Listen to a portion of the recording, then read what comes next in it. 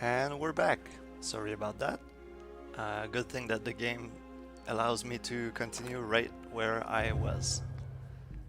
So, I was explaining that every enemy has a few cards that they can drop. So here you can inspect them and it lets you customize your run in advance. So um, you sometimes you want to be careful about which enemies you'll be facing, because maybe one of these enemies is good against your deck, or sometimes an enemy will have a card reward that you really want for your deck, so you'll make sure to try to face them.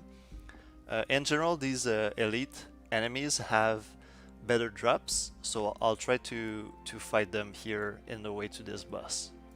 So I'll start with these guys, why not?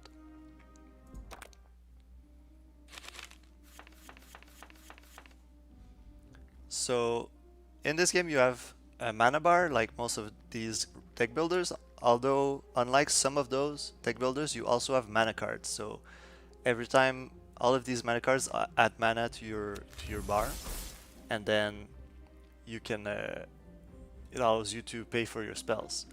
So at the end of the turn you'll discard all your cards, but you keep your mana as long as it's under your maximum. So let's say you had 15 mana but a maximum of 10, then at the end of the turn you'll lose 5 of that mana and end up at 5. And it's the same concept for the shield. So here I started the fight with 12 shield, but my maximum is 12. So if I end up at 20 shield, at the beginning of my next turn it'll go down to 12. So these guys are attacking me, so I'll be playing this card that helps me defend. And then since it was a skill, now this card is activated, so I can play it. And then this shuffles 2 treasures into my deck, so it doesn't do anything this turn, but hopefully in the next few turns it'll pay off. And then this hits both enemies and gives them shock. So this is a good time to explain what these bars are. So there are 3 statuses in the game. They're Frost, Shock, and Arcane.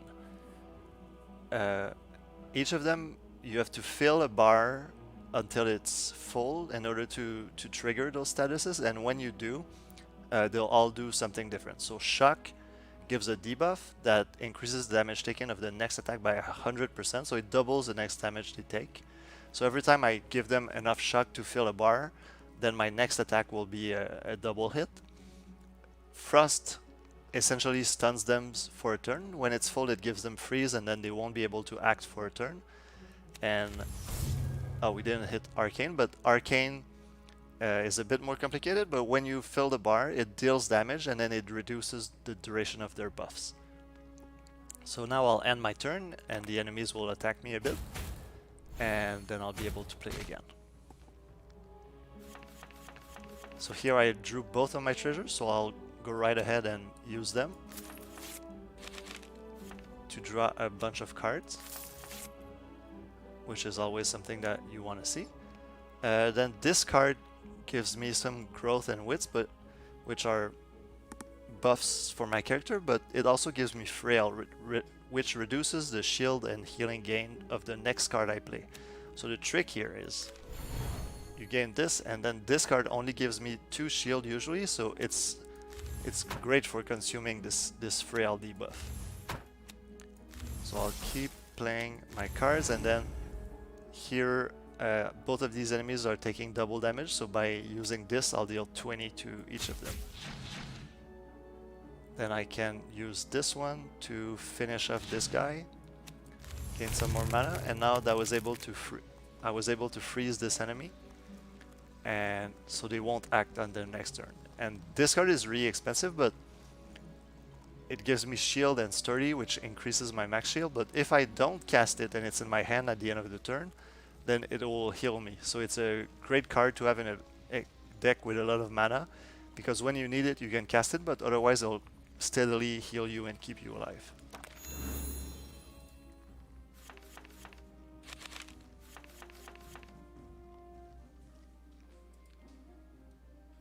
So I'll use this little trick again with Mana Shield to consume the frail debuff, then I'll use this, add some more treasures to my deck, and gain a bunch of mana. So now I'm ready to spend all this mana and probably finish off this guy with my next few cards. So this will deal damage and give enough shock to shock him, and then this should kill it. So there we go. That was our first fight, and an easy victory for us.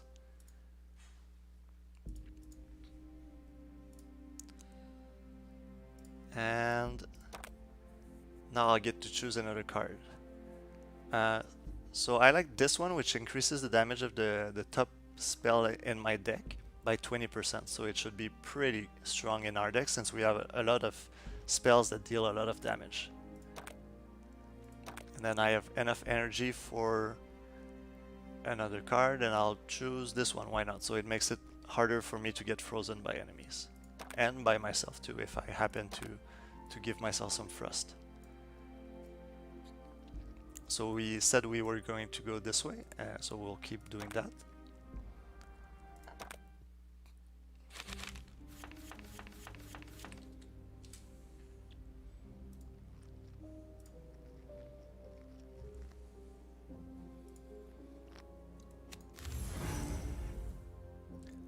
Alright, so let's get started by getting some shield, preparing our deck by adding some treasures, and then we'll be shocking both enemies here.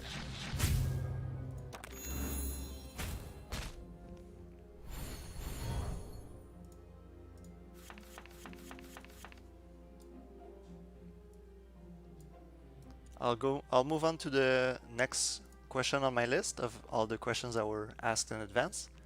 So the next one is, are you having a sale as part of the festival? And the answer is yes, we're having our first sale for the game, and it makes the game 50% off, which it's already pretty cheap. It's at 15 USD, so this brings it to something like 12 or 13. I think it's a pretty good deal, because there's already quite a bit of content. Actually, there are already, I think, 500 cards in the game that you can play, and there's 3 areas to explore with a bunch of different enemies and bosses and all that. So I think for $15 you're already getting your money's worth, and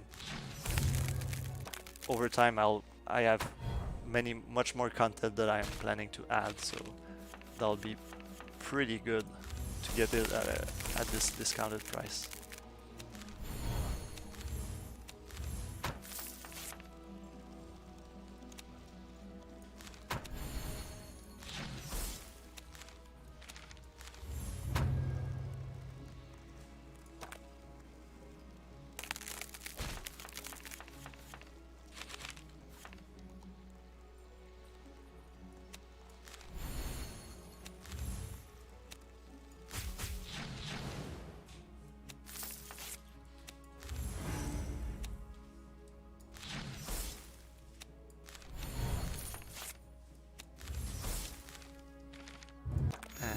And our turn here.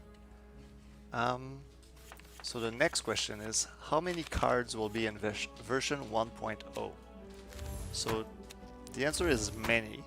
I don't know exactly how many already, but I know how many. So the cards that are called generic are the cards that you can unlock in booster packs, and I know that I want 300 of those in the game, but then every character has cards that are unique to this character. So since we'll have a lot of characters, that adds another 150 or 200 cards, and then every monster has cards of their own, so that's another like 200 cards, and then some items also provide a card, so we'll probably run into that this run. So I wouldn't be surprised if we end up the game with about 800 cards or so, which is a lot, but at the same time, it's since you can actually build your own decks, I think having a large variety of cards is really good for this game. So let's fight this elite enemy. So elite fights are a bit tougher, but they also give stronger cards, and at the end of the fight they'll give you a random bonus as well. So they're they're a good risk-reward thing. If you know your deck can afford to defeat them, it's really worth it, but sometimes you might want to avoid them in order to save yourself a little bit.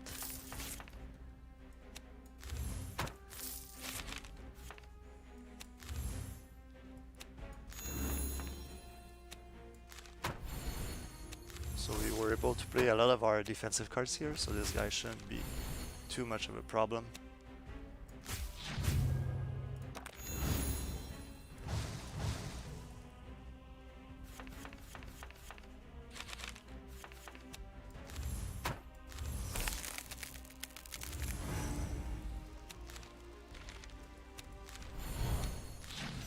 So this guy doesn't stand a chance. He can't even take a turn because we keep freezing him.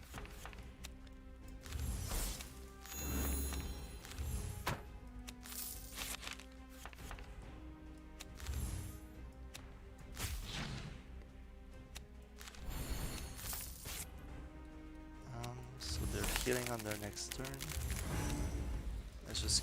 We don't need this since we're already close to our maximum and they're frozen again, so they won't be able to attack. Alright, so let's use this.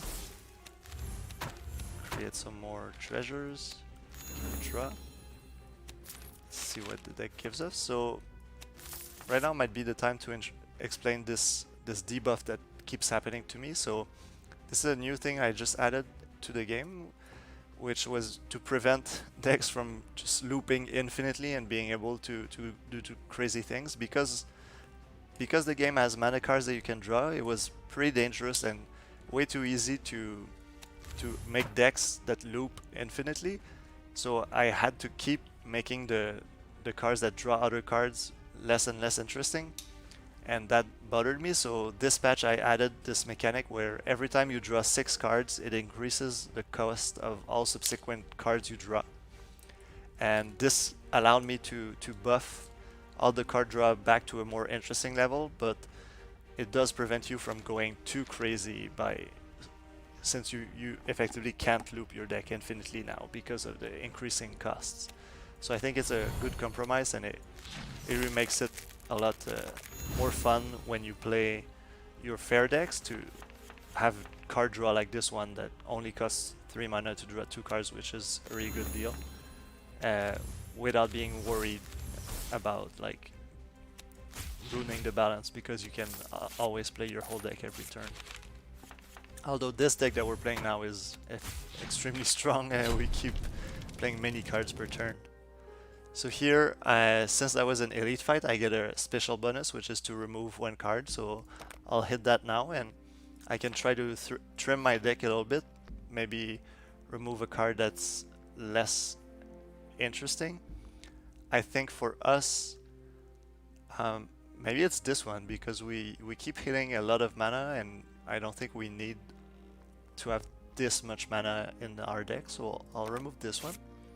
But we have to be careful, because if you remove too much mana, then you won't be able to play all your cards. So it's always you have to hit the right balance of mana and non-mana in your deck. So I was talking of item cards, and here we have 3. So we'll be able to choose any that we want. Let's try this one for fun, and I'll explain it in the next fight how it works. So here, let's take this one. It deals damage to all enemies and allows us to draw 1 spell, and since we have a lot of spells, I think we do want to be able to draw and play them. So let's go for this elite fight again. So here I have all of my trinket cards that are displayed here. Basically they're a bit like potions in Slay the Spire, except that you can play them once every fight.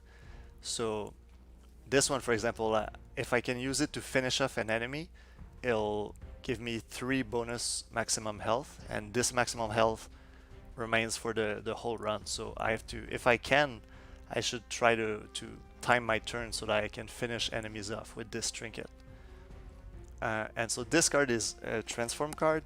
I played it before, but I didn't mention it. So basically, once you play it, it transforms into another card. So in this case, It gives me growth, which increases my maximum mana and also the amount of mana I gain every turn.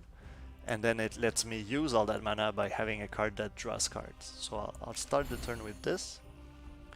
Then I'll play a skill to enable my Resolute Focus here. Do this. And then let's draw a spell and see what we draw. This one is great. We'll freeze our enemy and gain some mana. And end the turn.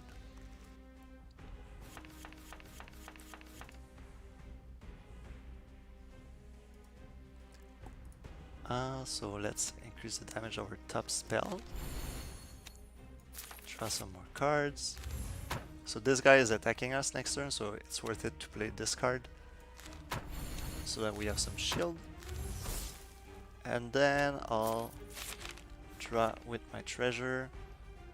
And why not? Let's cast it again. And I have infinite shield.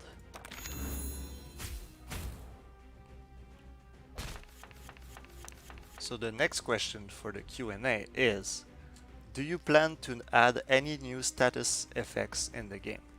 So currently there are the 3 statuses I mentioned, Frost, Arcane, and Shock. I don't have plans to add another one, but I've had a few ideas, so it's something that could happen.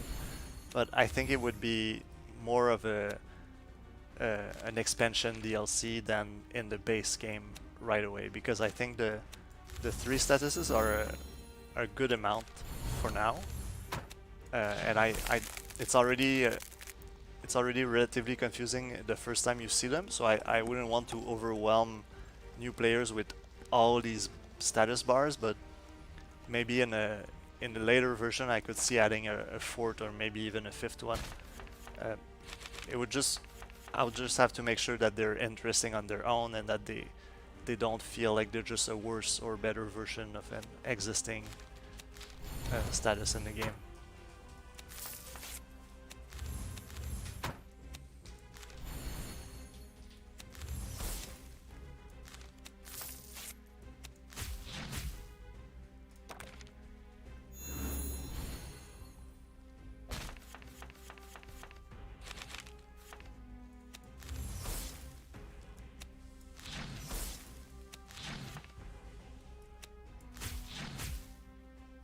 Alright, so here the enemy managed to shock me, so this time it's my turn to take double damage from their attack, but since we have a lot of shield, we should be fine.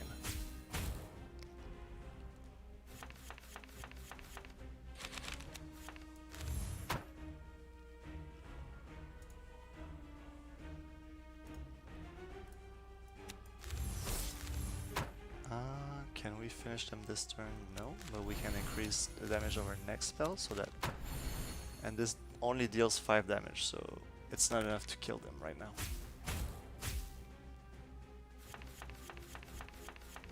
So can we kill them with this? This deals 8 damage, and then this will kill. And we get 3 maximum health, so that's great.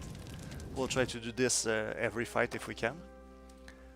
So here, I kind of like this card. It gives us wits, which lets us draw more, and growth, and it deals damage to everyone, so it's a good one to have.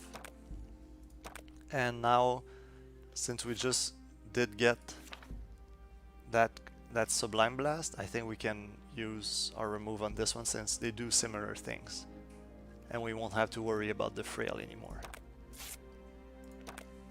And let's try our first boss. So every map has 3 bosses. 2 of them are the middle boss, and you get to choose which one you want to fight.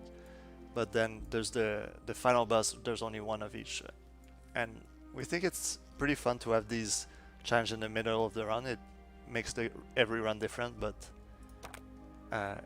also gives you a bit of control over which one you want to fight.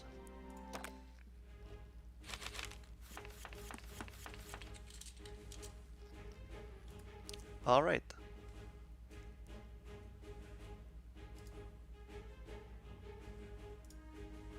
Let's begin. So we'll start with this, gaining some growth. Let's increase the damage of our next spell on the top of our deck. Then this should be enough to shock them, and so this one will deal double damage. So It should be a pretty good first turn. We didn't manage to freeze him, but that's fine. So they gave us Doom, which deals 50 damage, but only when it expires. So for now we have 13 turns to defeat the boss if we want to avoid all that damage. I think our deck is pretty strong, so we should be fine. We will see soon enough. So I'll play this one because it gives me buffs that will make the next turns a bit easier.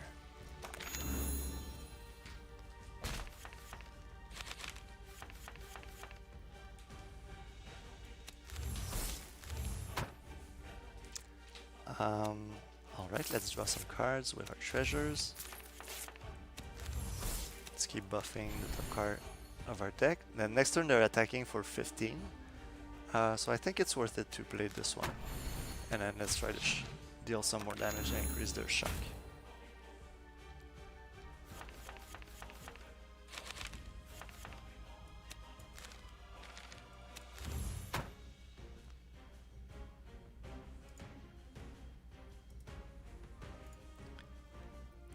Alright. Let's just use this and keep our cards. So we'll be trying to pick up a bit of mana if we can, because we're kind of running low in our turns right now, but it's nothing dramatic.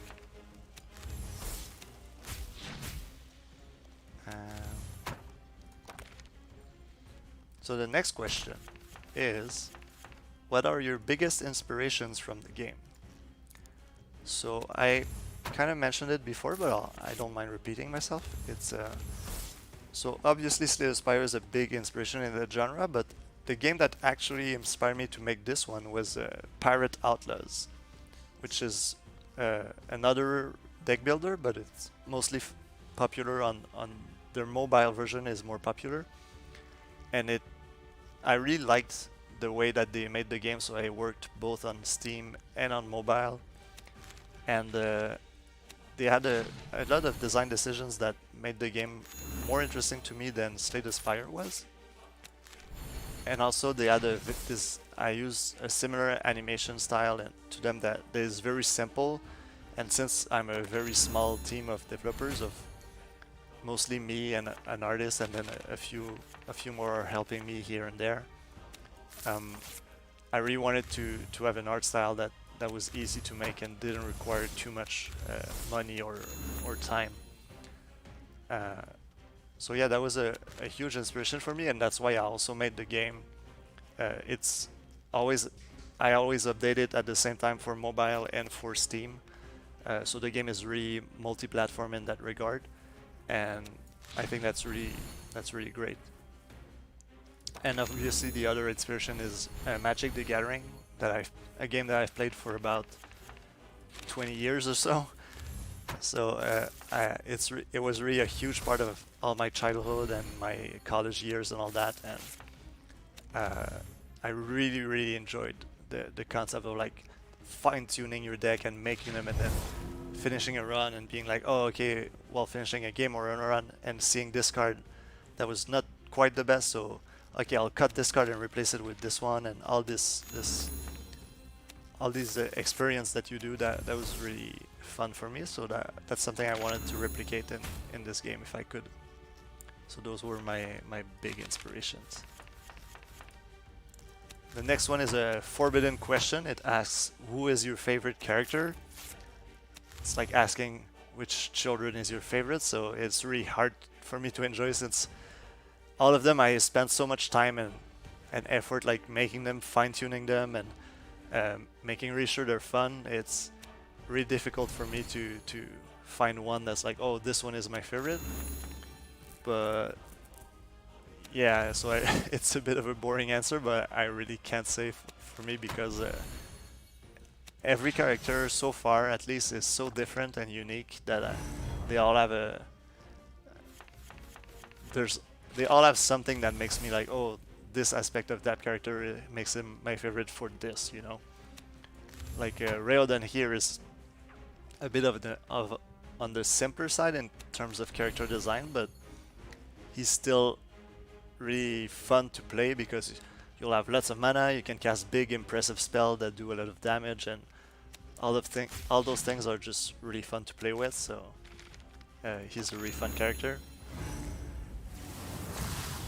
And then in the rest of the roster, maybe I'll present them a bit more in detail later, so I can tell you all about the other characters and what makes them unique and fun. Oh, so I was chatting too much and I wasn't paying attention, and I managed to trigger Doom on myself and take 50 damage, so that wasn't ideal, but I'm sure we'll be fine regardless. So let's choose a card from the boss. So let's go with this one. I just mentioned that we needed more mana, and this one scales with our maximum mana and we keep increasing it, so I think that'll be great. Then we can pick another item. Let's pick this one. We don't have any ways to add critical hits right now, and having every third card be a critical hit will be great for us, I think. Upgrade. What to upgrade? Maybe something... We end up a few of our turns with too much mana, too many cards in our hands, so let's upgrade some mana. And then remove one. Sometimes in this game, that's something you don't see much in the other deck builders in my experience, but sometimes in this game you don't want to remove anything, and I think that's the case for now because all of our cards do very different things and they're all very good at what they do. If I had to really remove one, it would maybe be this one, but we just added more mana, so I think it's good to keep it. So I won't remove any cards for now. Let's keep fighting elites, but let's do a random event this time. So this one, there's a big open field in your path. There are lore blossoms almost everywhere on the ground. It looks bad, but you remember an entry about this in the standard issue of Into the Breach Aider Survival Guide. When encountering a field of blue lore blossoms, you can walk through safely as long as you approach and pet the plants that wake up. Alright, so let's do just that. So this event is actually really easy to solve. You just have to read the text, and that surprisingly is enough to fool most players because a lot of them just click the buttons as soon as they can. So we wanted to have a few of these events where you have to actually take the time to read them to get the better outcome.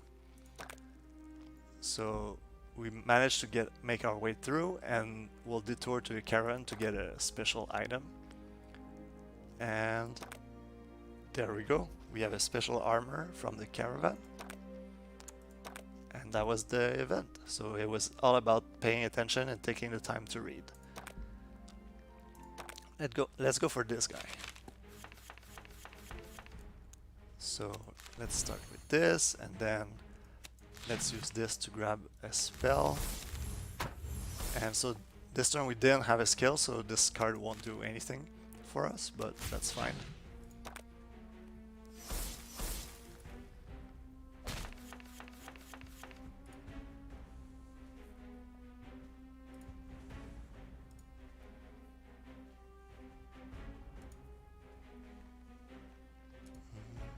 Just give me 1 second.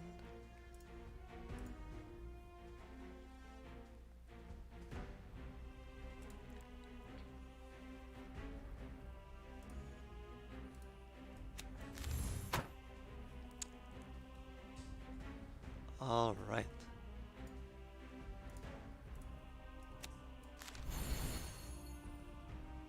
Sorry. Okay. So let's keep playing cards. He's not attacking us, so his enemy is frozen, so we don't have to play our defensive cards quite yet. So this one gives me more mana the more maximum mana I have. So I'll keep drawing cards. I'll play it last and make sure that we can, to see if we can increase our mana before playing it. Just give me 1 second.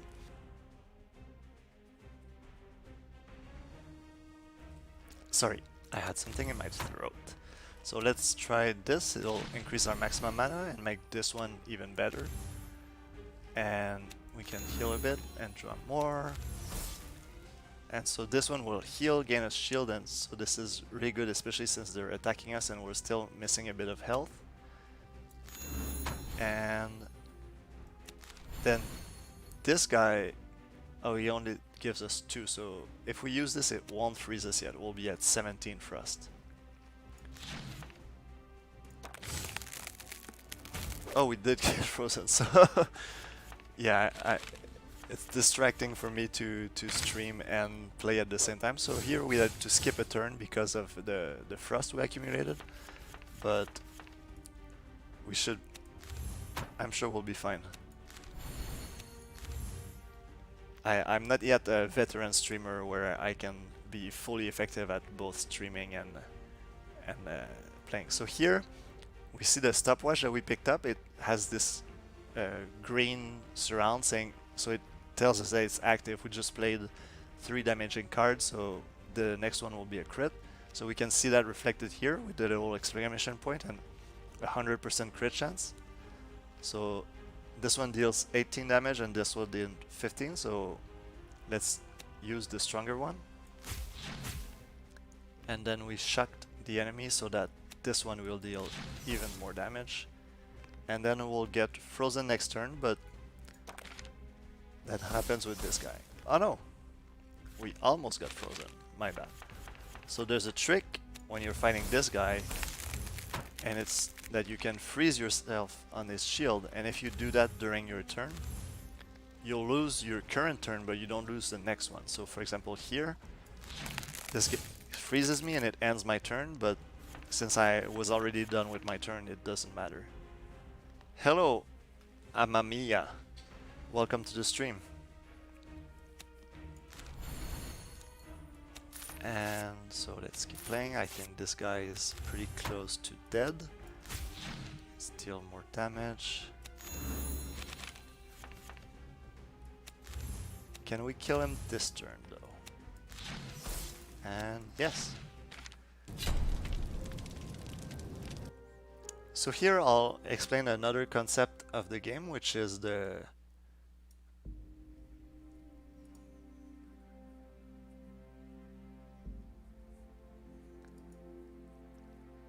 recoverable health. So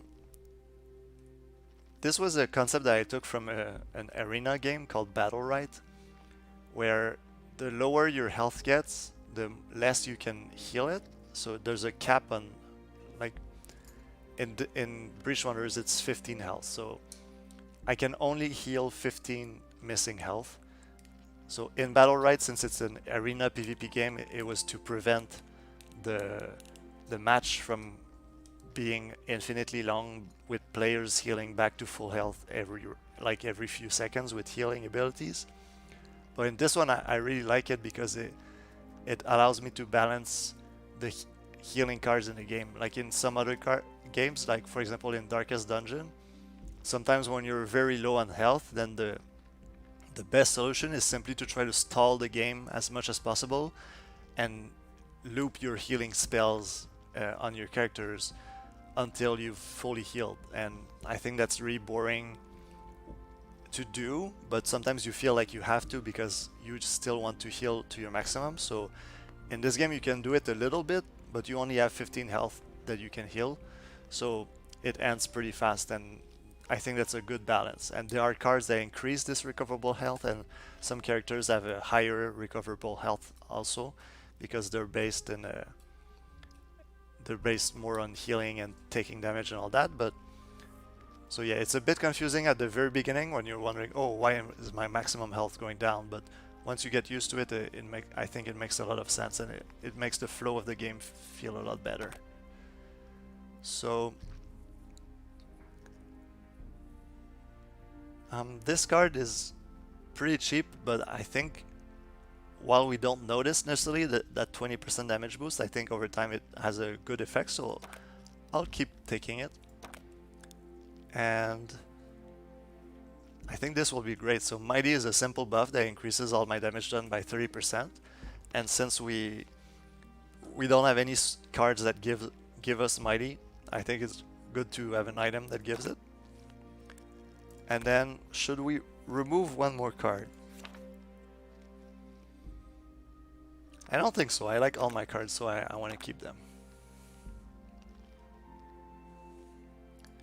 So let's do another event. As you walk around a small curve in the forest path, you immediately notice a group of small mushrooms. They are already looking directly towards you, but they are not making any aggressive move. Well, let's try our luck and passively walk through. So the first few ones seem to sit and watch you. You notice a few more mushrooms looking at you from bushes. They are not aggressive. Well, let's show off our combat prowess with our support cards.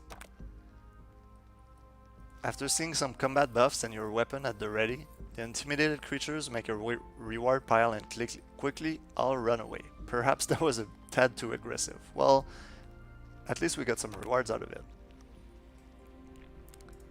So here, in most of these games that have a map progression like this, you have to rest in little nodes, rest nodes that you find.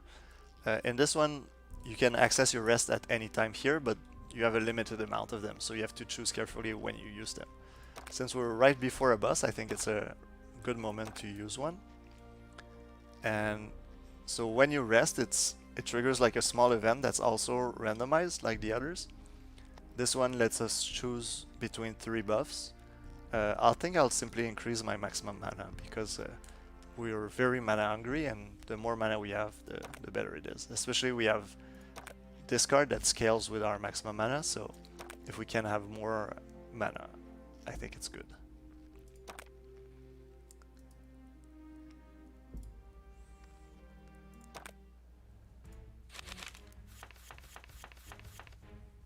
So let's answer the next question from the QA, the list of all the QA questions.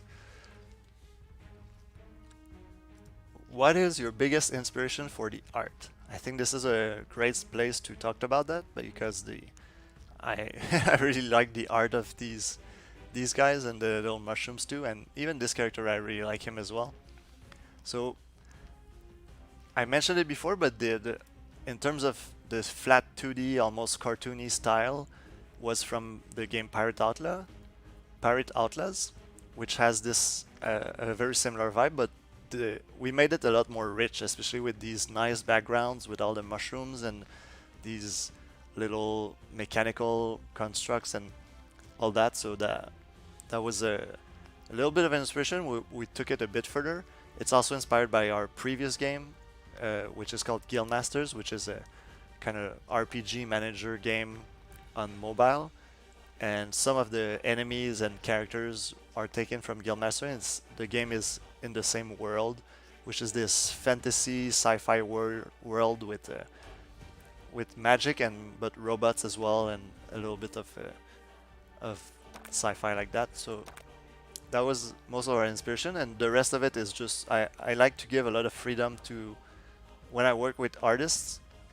I like to give them a lot of freedom, so I'll tell them the general concept of a creature or character or card, and then I let them use their own skills to create something. So for this game, I've been working with an amazing artist called Sained, and yeah, you can see the result here. I think the game looks great, and I love all the design of the characters and the enemies and all that. But let's get started. So these guys are attacking us, and this guy is gonna defend and support. So let's get a little bit of shield buff going, draw some more cards, and that'll be our turn.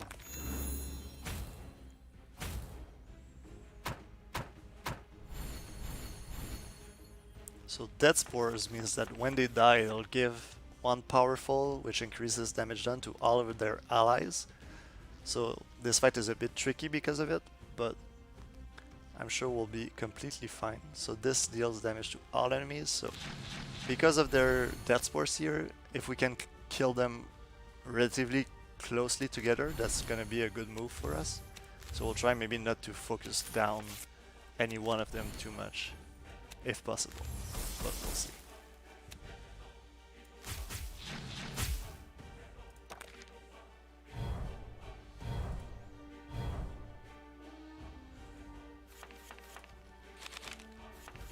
And Falterfire on the stream chat mentions that they're really happy that the art is fantasy, but without being all about like elves and goblins and dwarves. And I personally agree. I know I've had some complaints before that a few players miss having these more typical races, but I think if you want to see these characters and races in action, there's a million games that lets you do that. So personally, I liked the idea of making a game that had a different um, aesthetic to it in terms of the characters and enemies that you encounter, and that's why I went for that. And there's still a few things that you'll encounter, but with my own little twist on them. So, for example, there's a chimera.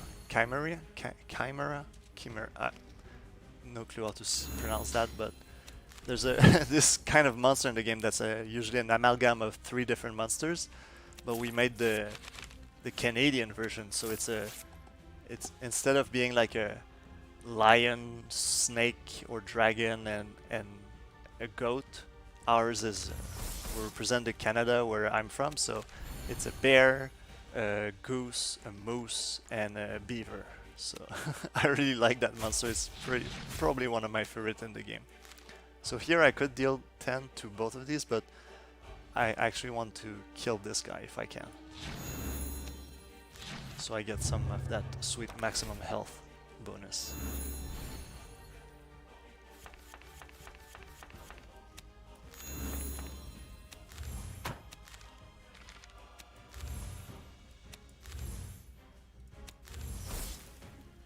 Alright, so he's gonna do a big attack because it hits 3 times, but then he got this bonus that makes it so that all of their attacks deal 8 additional damage, so it's like 24 additional damage in this case. So it's really important that we try to shield ourselves as much as possible, especially since we're just short of being able to freeze him and prevent him from hitting us. So we took a little bit of damage, but we managed to prevent most of it. So here, oh there we go, we finished the quest. That's great. Let's increase our top spell and see if we can draw it. Yeah, so it's dealing 29 damage. So yeah, we almost won. And oh, we didn't draw a damage spell. Okay, let's finish him off. So, I'll just drink a little bit of water, but we finished our first map.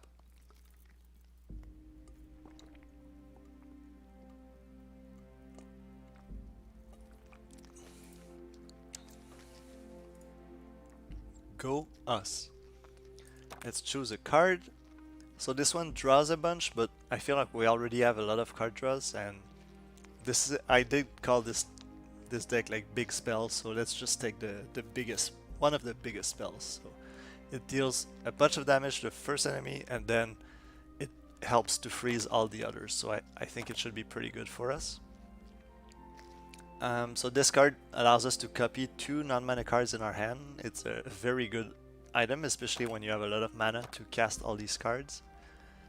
And what do I feel like upgrading? We have a lot of mana, a lot of damage, a lot of card draw, but we don't have a lot of protection. We only have these 2 cards. So I'll upgrade one of them. I don't know which yet. I'll upgrade this one, I think, to make sure that we can survive. And now do I want to remove a card? Honestly, this one hasn't been great, and it eats our potent augury buffs where they could be going to bigger spells, so I think I'll just get rid of this one. Oh, speaking of which, this is the moose, goose, bear, beaver creature. So I will go for it just because I really like him. And let's go. Oh, we can fight an elite if we want, so let's go here. So we'll see a bunch of different enemies, and then we'll fight the bear.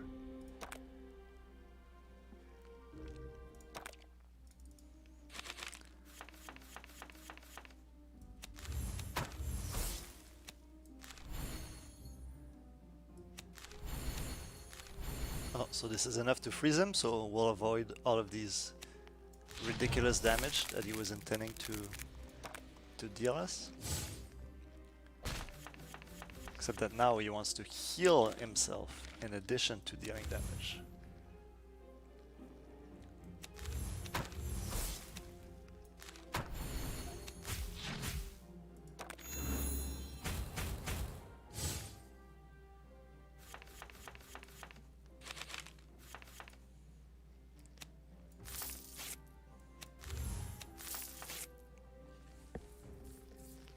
So the next question for a Q&A is, how do you design your characters? Which is a very good question.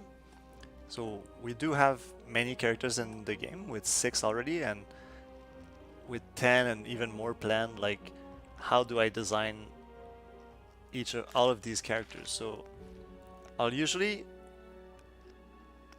there are two ways where I approach it, where sometimes I approach it from a concept perspective, and sometimes I approach it from a gameplay perspective. So what I mean by concept is like someone like Merle, which is who's a rogue assassin. Like, that was the initial idea. It's like, oh, let's do more of a roguish assassin character, and what would that character look like? And so that was the initial idea, and after that I'll be designing their cards based on the concept and their abilities too. But sometimes it's the other way around. So sometimes I'll have some abilities and cards in mind that work together. For example, Rowden is a little bit of that. So at first I was like, oh, I want to make a Frost character, so they'll have big spells and lots of mana, and they'll be freezing enemies. So I was thinking about them as a like gameplay first, and then I thought, okay, what could this character look like? So I want them to be Frost and all that. So okay, I'll give them all this Frost apparatus and these ice crystals, and so those are the two ways I approach it.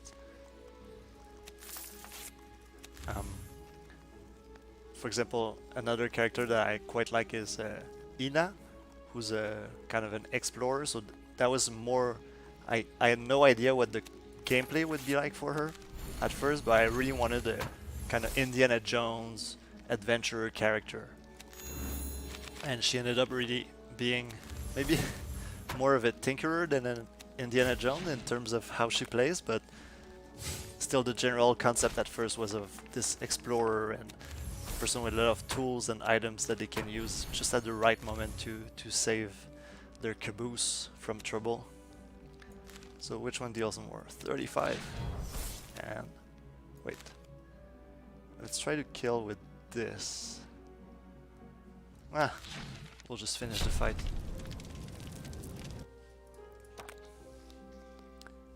So especially since we're going all 3 maps, this purity buff will be very useful, and mighty and critical is always good as well. So let's go for that. So these little dragons are a bit tricky because they begin the fight with a bunch of evasion. Especially with a deck like mine that is a lot of big hits, it makes them a bit harder to kill, but it still shouldn't be too much of an issue. Especially since I have a few cards like this one that hit all enemies, so it'll take off 1 evasion stack on everyone. But here we'll be taking a little bit of damage still.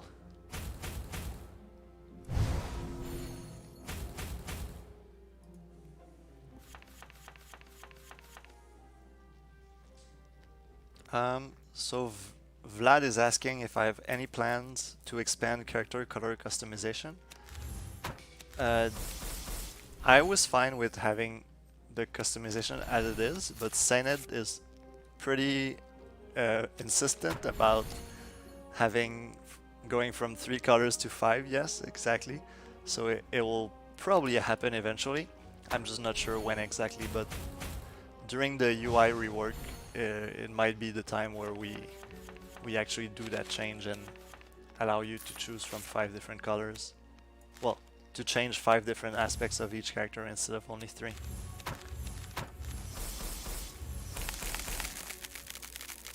So we have almost infinite mana. Let's just use this and get the free heal.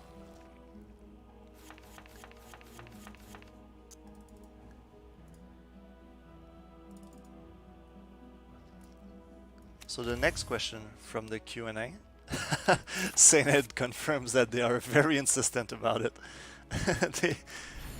Even when it's completely unrelated, they'll make sure to sneak it into a conversation of like, oh, by the way, if we had 5 colors to choose from, this would allow us to do that. And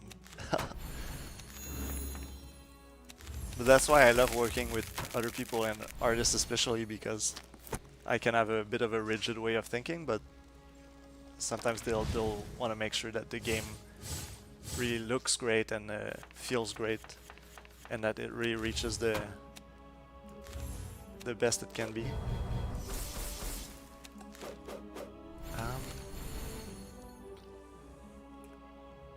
So the next question on the Q&A is, what is the next big update?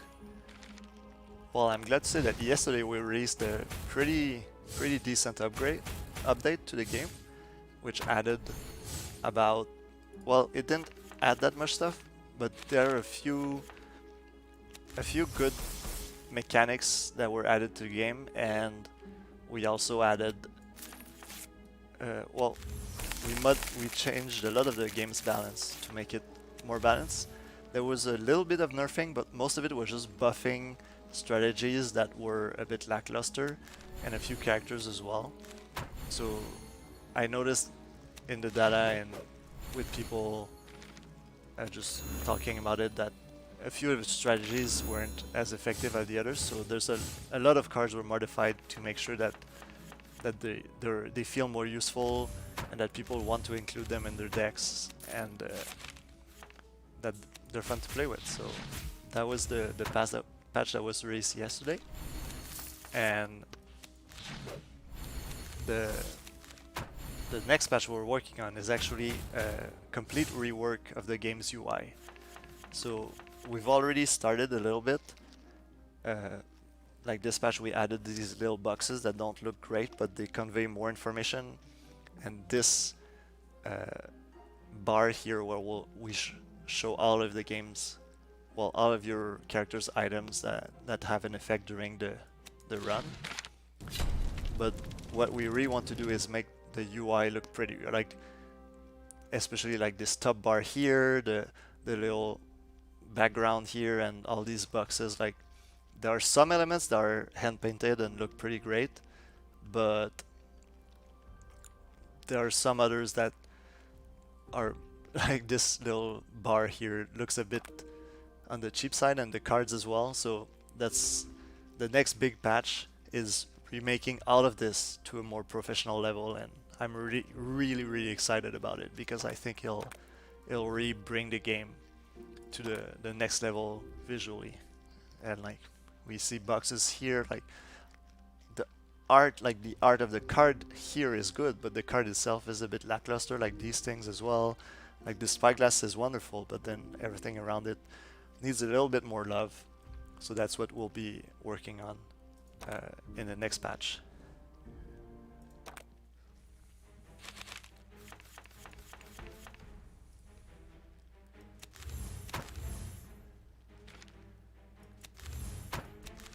And here I'll take this moment to to shout out to every streamer ever, because I find streaming so difficult. So anytime someone is able to like follow the chat, follow their plan, their line of thought, and then in addition to that follow the gameplay and be able to manage to do all these things at the same time,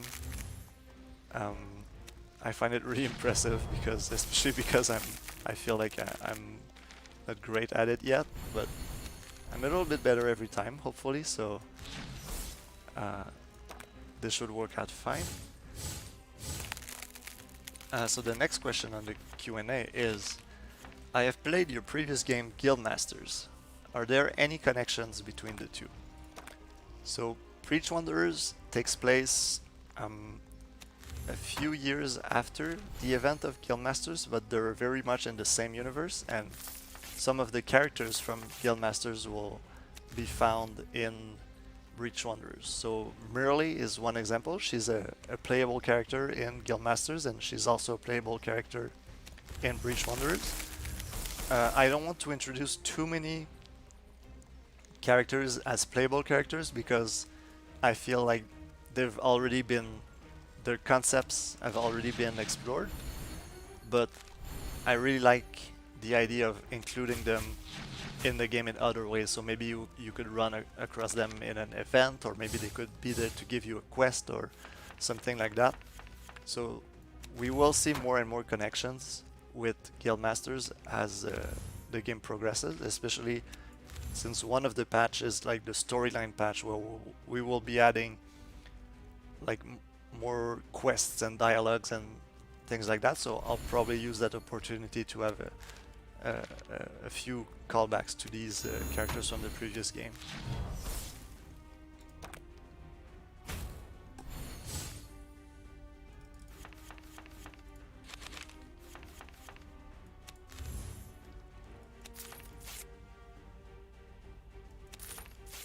The next question, as we blast through these enemies, is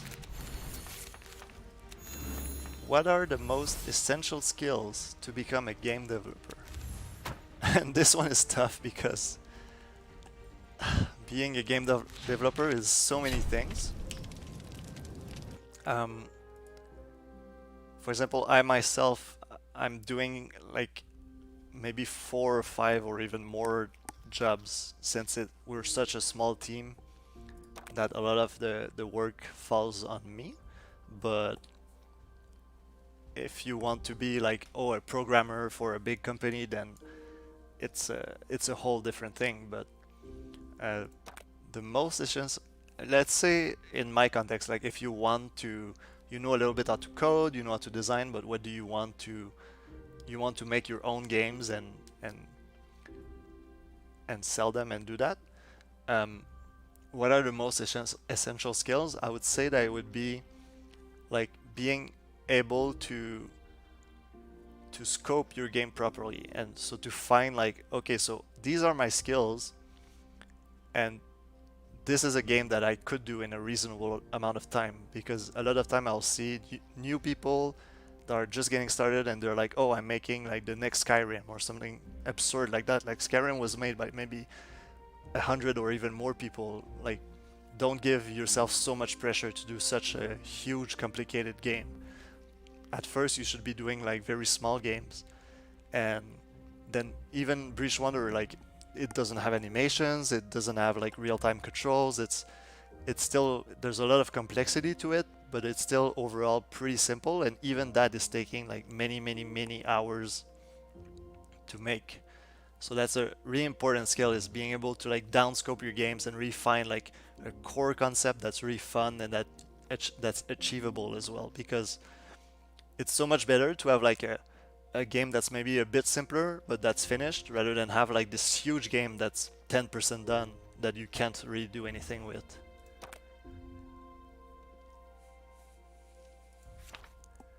Is there anything I don't like here? Chat.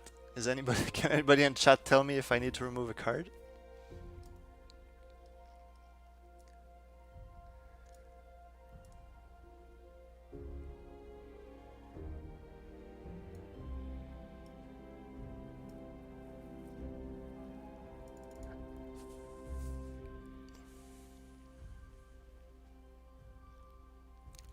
Seems like chat is busy arguing about where the card art is coming from, so I think we'll just skip this remove for now.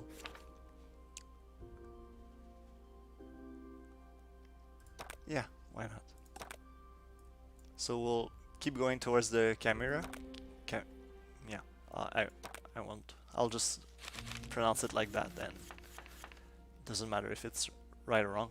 So let's start with this so that we can survive some of these mean hits from these guys. and then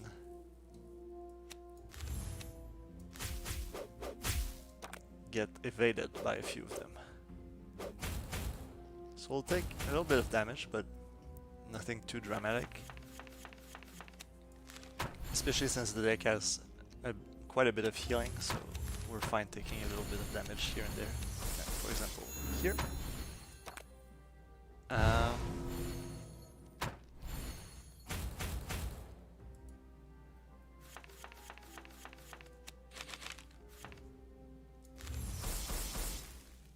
So the next question is, how do you balance the game?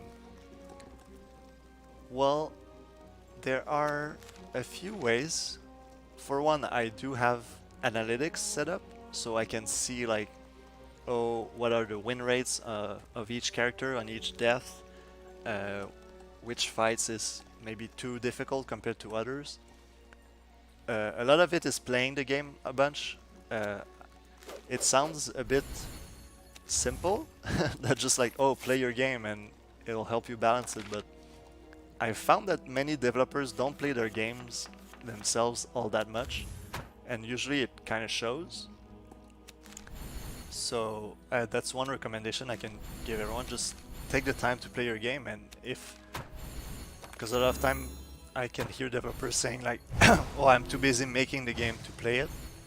Well, you should take, in my opinion, you should take a few moments like every week and call it work. It's like, okay, Friday afternoon, your job is to play your game, and like it'll allow you to really see how well balanced the game, and even get an idea of like what your players are going through when they're actually playing the game themselves.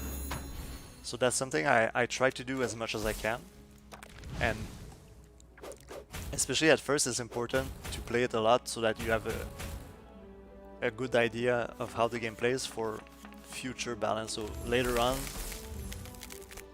you might not need to play as much because you already have such a strong knowledge of the game.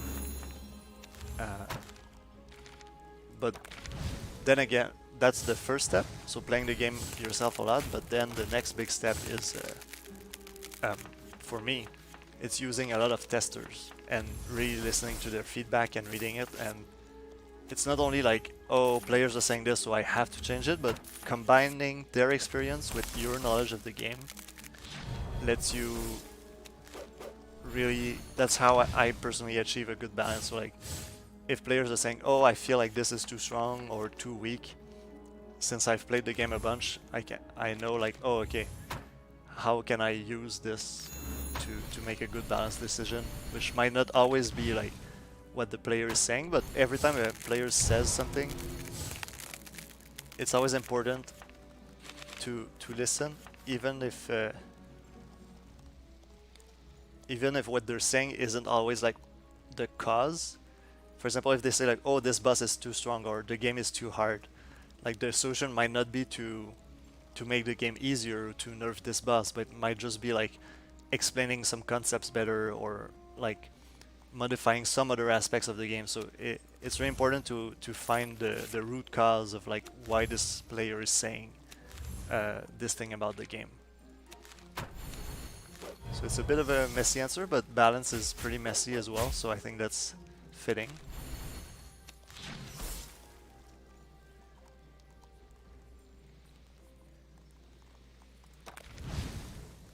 So next question, a bit easier to answer. Will it be available on the Switch? The answer is I don't know, because from what I've heard, well, all I've heard about developing for the Switch were like nightmare tales, so if I can find a way to do it that is not too hard, I would be glad to do it, but I don't know. And all three consoles basically are a possibility, but they're not on the priority list for now. What is very high on the priority list is the answer to the next question, which is, will it be available on iOS? And the answer is yes. I've already done a fair amount of work on the iOS port, and hopefully it will be ready Yeah, I would say this month, but that's cutting it a bit close to currently since we're towards the end of the month. But I'm almost certain it'll be done for somewhere in November. So that's my next priority, and I'm very happy about it because I think I don't know. I just want to give everyone on mobile a chance to play this game. So 2 strike items. That's pretty useless, and then this one which gives spell damage. And status, yeah, we have to pick this. Even this Gambeson is really, really strong, but I think this is too good for our deck to skip. So we'll discard this.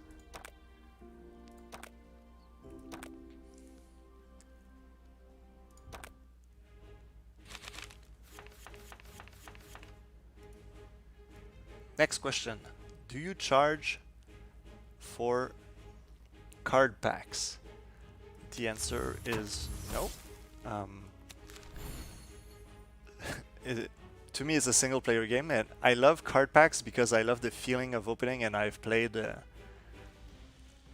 so much Magic the Gathering that like I have this little magic moment every time you open a card pack and see these new cards.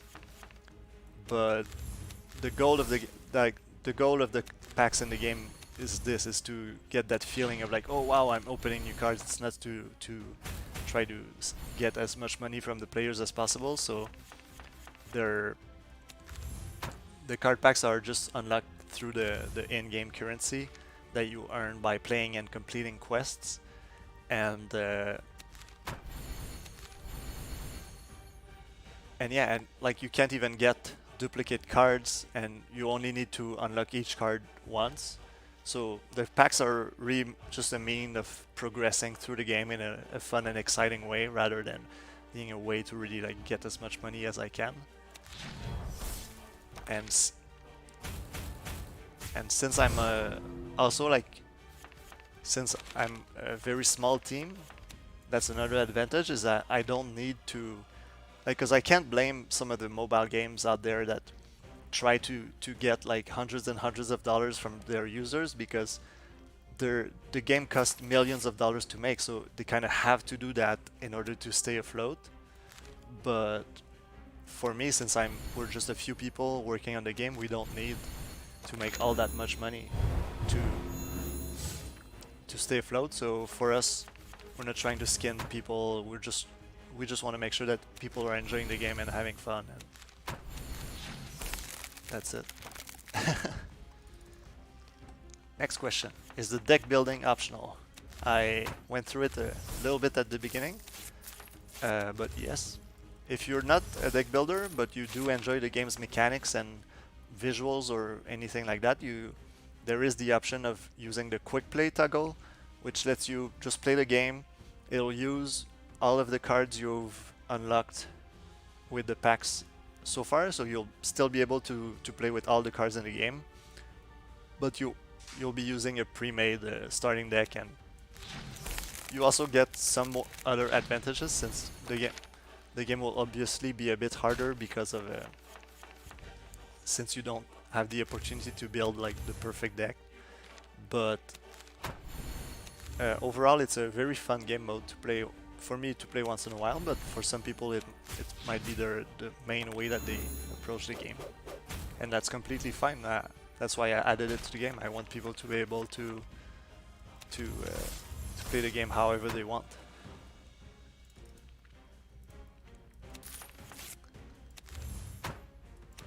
Next question. As we destroy the poor moose, goose, bear, beaver, is how long do you plan to support the game after version 1.0? The honest answer is it depends on the success of the game. So personally, I would love to be able to keep working on this game and adding new stuff, but eventually it might not become financially viable, and I might have to start working on a completely new project. But I'll definitely be adding more stuff. Like, I have a lot of ideas for more characters and some new mechanics, and probably also one or two more areas. But at the same time, I don't see myself like working on this game for, I don't know, the next 10 years, you know. So I'll definitely support it. There'll be probably one major DLC at least after release, but more than that, uh, we'll have to see. Because I also have ideas for future games, so at some point it's good to move on to the next thing. But we'll see. We're pretty far from that still, so for now I'm just focused on this game, and I really want to make it as good as it can be before moving on to anything else.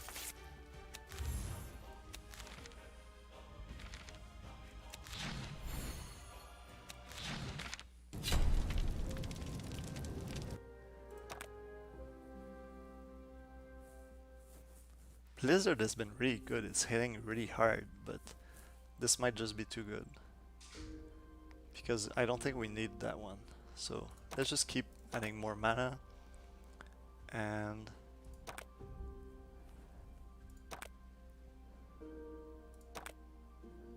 this deals a lot of damage. I'll upgrade this one.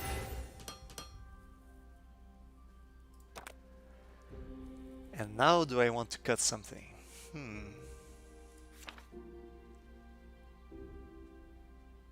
I still don't think so. I like this deck.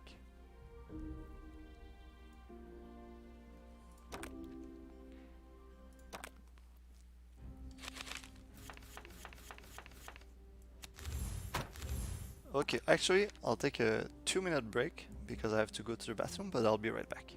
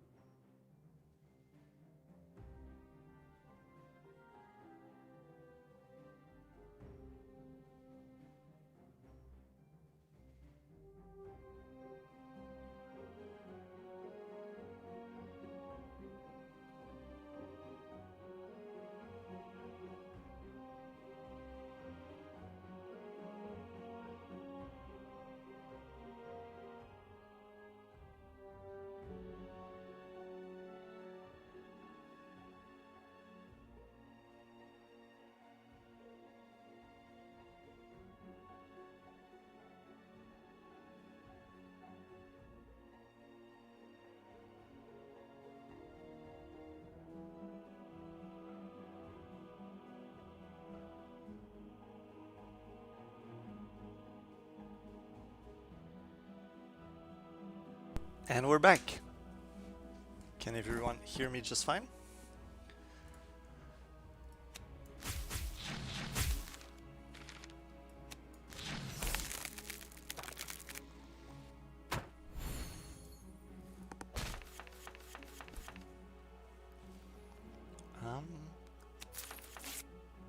So what was the next question?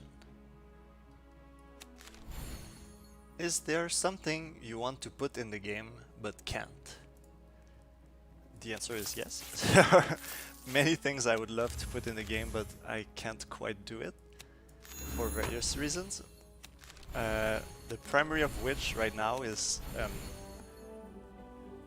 about like online features, which are a bit out of scope right now and out of the game's budget, since we're still a very small studio and all that, but eventually I'd really love to be able to add some online features to the game.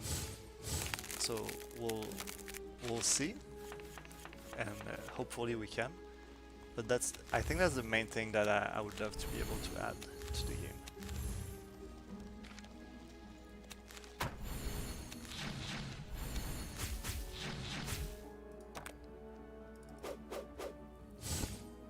who is your favorite character to play as? Yeah, this is a bit similar to who is your favorite character. And the answer is a bit similar. It really depends on my mood. Every character I feel really has a unique specialty, so they're all fun to play as in one. 89 damage, this is great. They're all fun to play as in one way or another. I really like Rauden when for this kind of stream where I don't have to think too much, and Ina is really fun with all the tools that she can create and play with, and I really like Drophis as well. Well, I like all of them obviously, otherwise I wouldn't have made them. But yeah, sorry for that answer, it's a bit. What's your favorite card art? That's a good question. There are a lot that I quite like the treasure hunt here I think is really cool with the, like this one was made custom for the game, so it's like you can clearly see that it's in the mushroom forest and digging this little treasure. It's hard to, maybe this one I'll answer later after this run so that we can, I can show you at the collection, in the correction screen, like a collection screen, like which one I want to, I like and dislike. Because a lot of the art, since we're still in early access, I've been using like asset packs for the art, the card art, which is also why you might think like, oh, these guys are stealing art from that other game that I've played, and the reality is that like a lot of the roguelike deck builders games on Steam and mobile are all using the same asset packs, so that's why you're seeing the same art coming back in so many of these games, which is a bit funny to see, but currently we're working with the artists so that they're redrawing like a lot of the art in the game, especially the one that looks off, but eventually we want to have 100% original art for the game, so we're working towards that.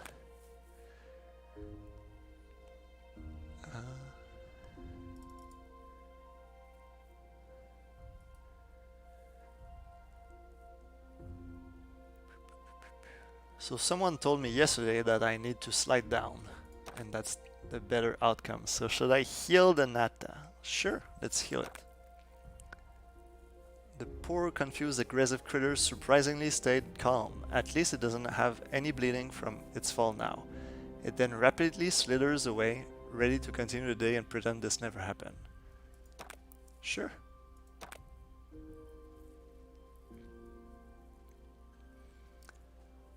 So this isn't great, but we don't have a weapon yet, so let's go with that. It mostly boosts the strike damage, so if we don't have any strikes, it's not the best for us. So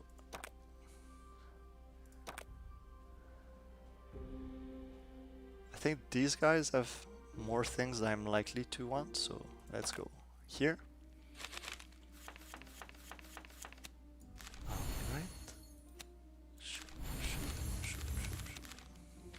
Easy turn. We just had a bunch of mana. Will you eventually have skins for the heroes?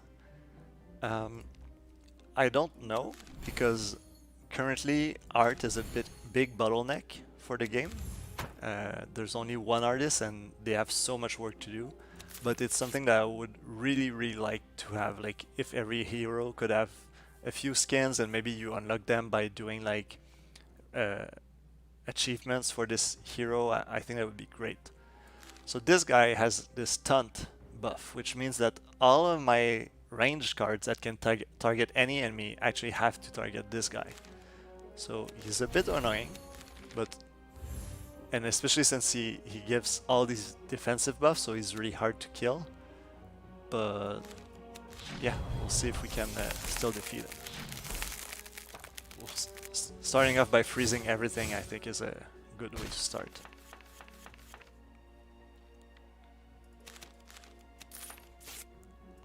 Alright.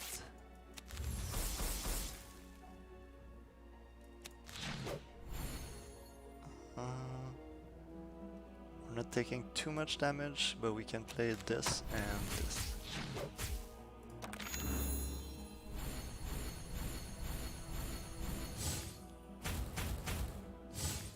Next question. Will you add more deaths after 3? If so, how many? The answer is yes. And it depends. I'm certain that I'll have a 4th death that'll also include the 4th area, which will include the final boss of the game. And it will also increase the difficulty of the whole game. So for people who are looking for a challenge, depth 4 is really going to be where it's at. After that, I know I don't want like 5 areas to explore because that would just make runs way too long. So we'll have to see like how I do for which system I use for people who just want more and more difficulty in the game. It might be depth, or I might be using another system to allow players to play like a more difficult game. So once they feel like they've challenged themselves enough with the base content. Do you prefer playing the game on PC or mobile? I actually prefer playing it on mobile. I don't know. I just like I spend so much time inside working on the game that sometimes it's really nice to just go outside with my cell phone and play a few games during the day. I also really like playing on the bus and the public transport and all that, so I end up playing the game on mobile a bit more often than on PC.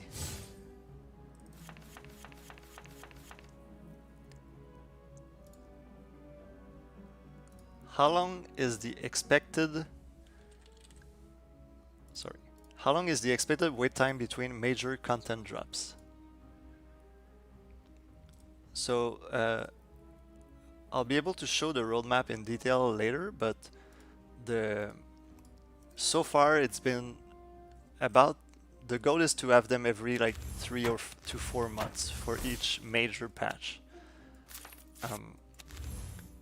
So far we're on schedule, but we're still very early in development, so we'll see how that ends up going. But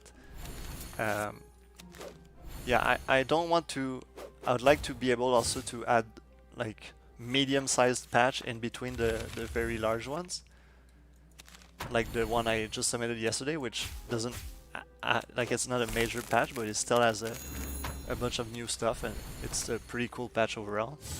So it won't be every week, like I know some games do, but it should be at least every other month. You should have something new to play. And if you do want to have content, like new content every week, then you can join the game's beta.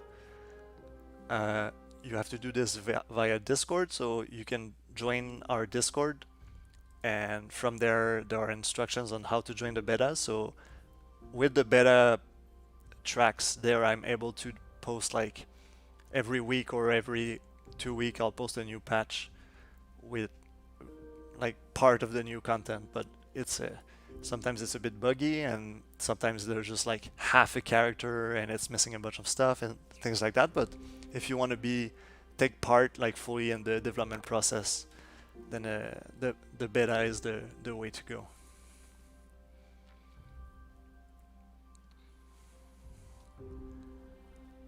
Let's just keep taking this. I don't know. I like it.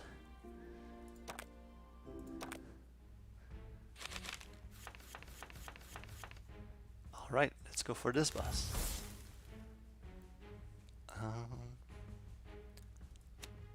Let's shock him, and then we can deal a million damage to it. And freeze him. This is great.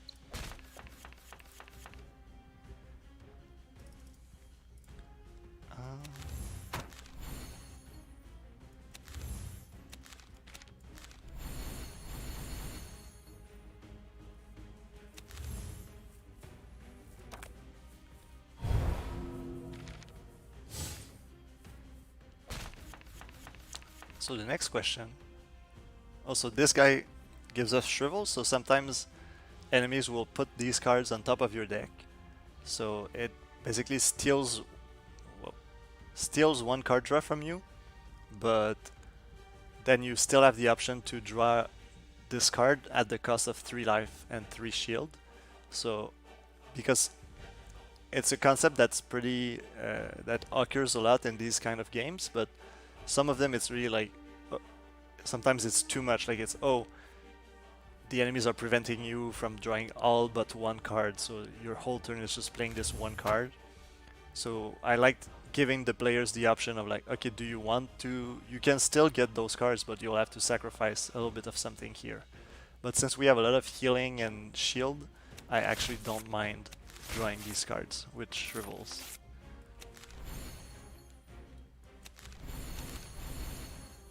So here we're not threatened. Let's do this and then this and then this.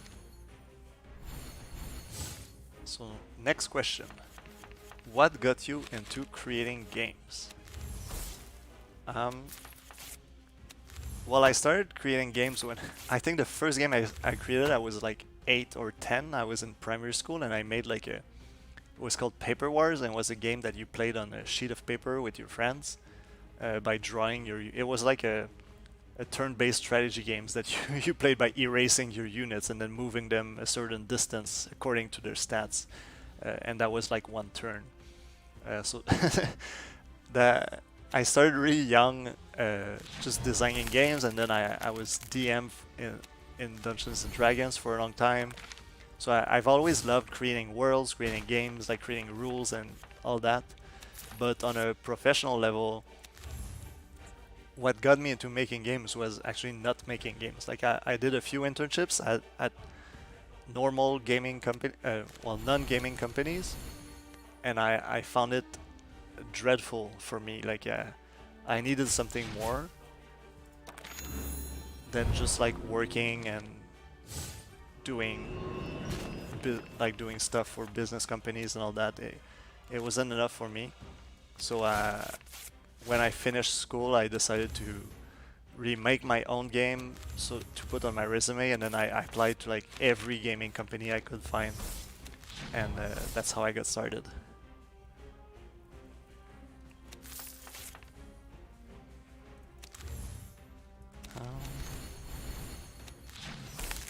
So this boss is doing absolutely nothing so far because we're we're freezing him too much.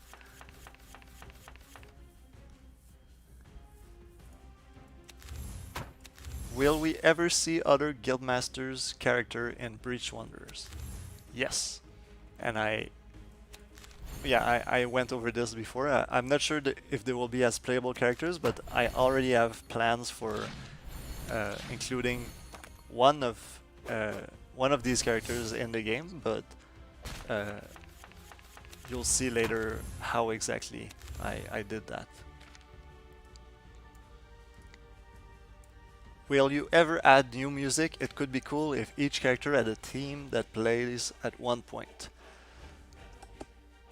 A theme per character sounds a bit excessive with how many characters I plan to add, but I do want to add more and more music to the game, especially as we add more areas and all that, so there will be more music, but probably not a theme for every character, although that would be really cool, so I'll keep that in mind if ever it's something that seems doable.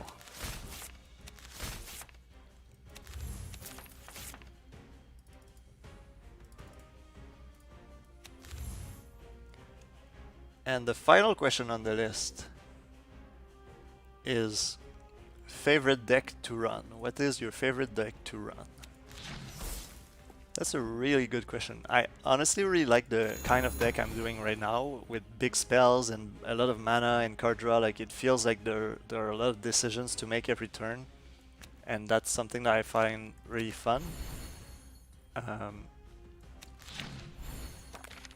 I also really like there's a deck based around like discarding cards and getting advantages from discarding them and all that.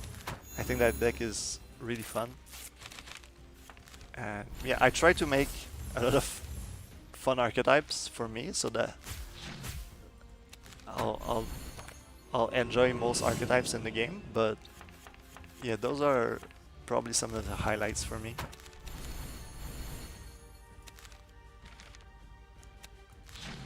So we just ate a Doom proc, but I had so much shield that I didn't even notice, so I think that's a good sign for our deck.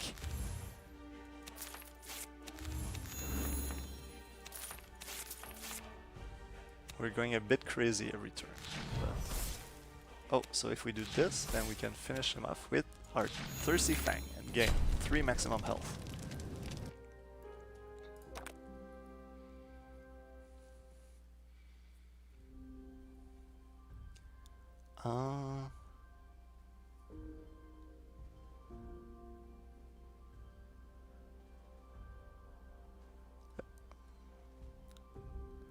Let's take this one for fun.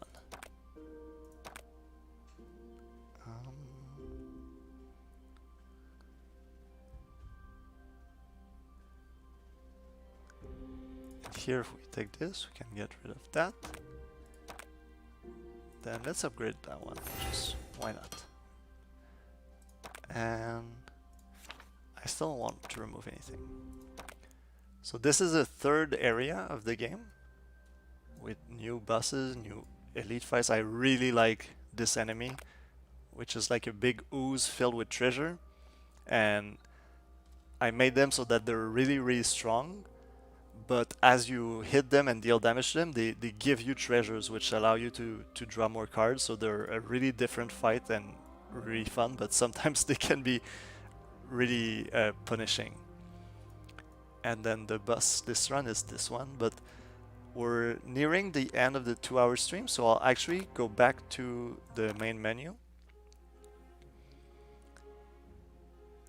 And I'll show a little bit the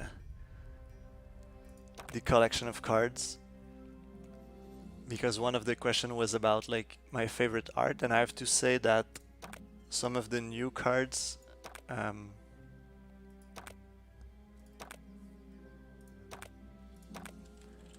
so a new thing that I added this patch was the concept of summons. We haven't seen any this run, but basically it lets you summon little monsters that fight for you every turn. So I really like the art of these new cards. Like I think they look really fun, and they're also very fun to play with. So it's pretty perfect. And yeah, I also really happen to like this art, and